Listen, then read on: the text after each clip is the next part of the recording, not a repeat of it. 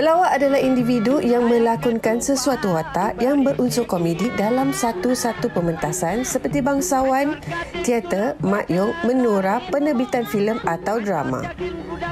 Dunia pentas bangsawan membawa komedi ke peringkat yang lebih komersial apabila bilangan pelawak semakin meningkat dalam persembahan selingan ketika jelajah diadakan.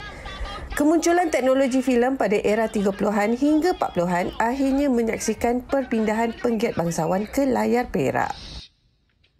Era 50-an dan 60-an menyaksikan lebih ramai pelawak baru muncul dan sebahagian lagi bergelar pelakon komedi yang berkeupayaan membawa peranan dengan elemen jenaka. Antara pelawak terkenal di era ini adalah seperti Aziz Sata, Wahid Sateh, S. Samsudin, Ahmad Nisfu dan Sharif Dol.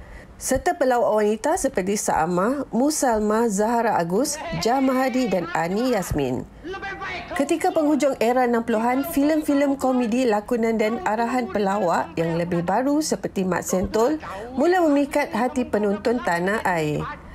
Antara filem Mat Sentol yang meraih perhatian adalah Tiga Botak, 2x5, trilogi Mat Raja Kapur, Mat Bon, Mat Lanun dan Si Murai.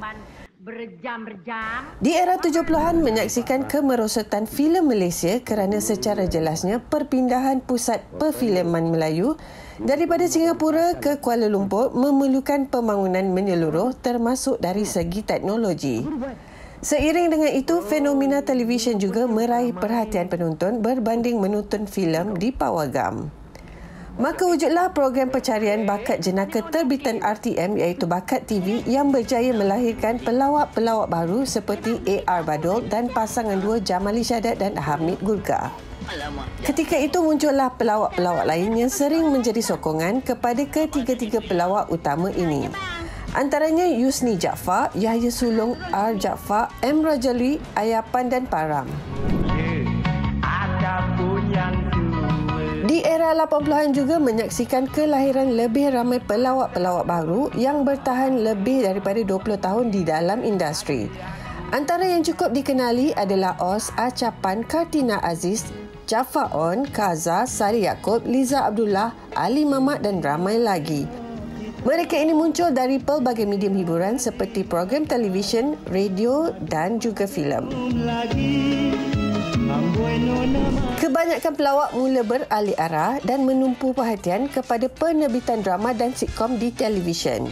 Selain Pi Mai Tang Tu yang masih bertahan, sitkom seperti 2+1, Gado-Gado, Cili Padi, Cam Tu Cam Ni, Kipas Anggun, Kopi Tiam, Mat Dispatch dan Senario menguasai peti televisyen. Kelahiran pelawak-pelawak 90-an lebih meriah di kaca TV baik menerusi sitkom maupun program realiti seperti Sinaran Pasport Kegemilangan, terbitan TV3. Memasuki era milenium ini, industri perfilman sedikit bernafas dengan beberapa buah filem komedi pecah panggung seperti Senario The Movie, Senario Lagi, Soal Hati, Lagi-Lagi Senario dan Anak Mami The Movie. Kumpulan Senario masih mengungguli penjualan album dengan lagu-lagu komedi dan menguasai panggung wayang dengan deretan filem-filem box office. Sehingga kini industri hiburan komedi tanah air semakin berkembang. Dalam banyak-banyak filem atau sitkom yang ada, yang mana satu pernah menjadi kegemaran penonton? Cuba kongsikan kepada kami.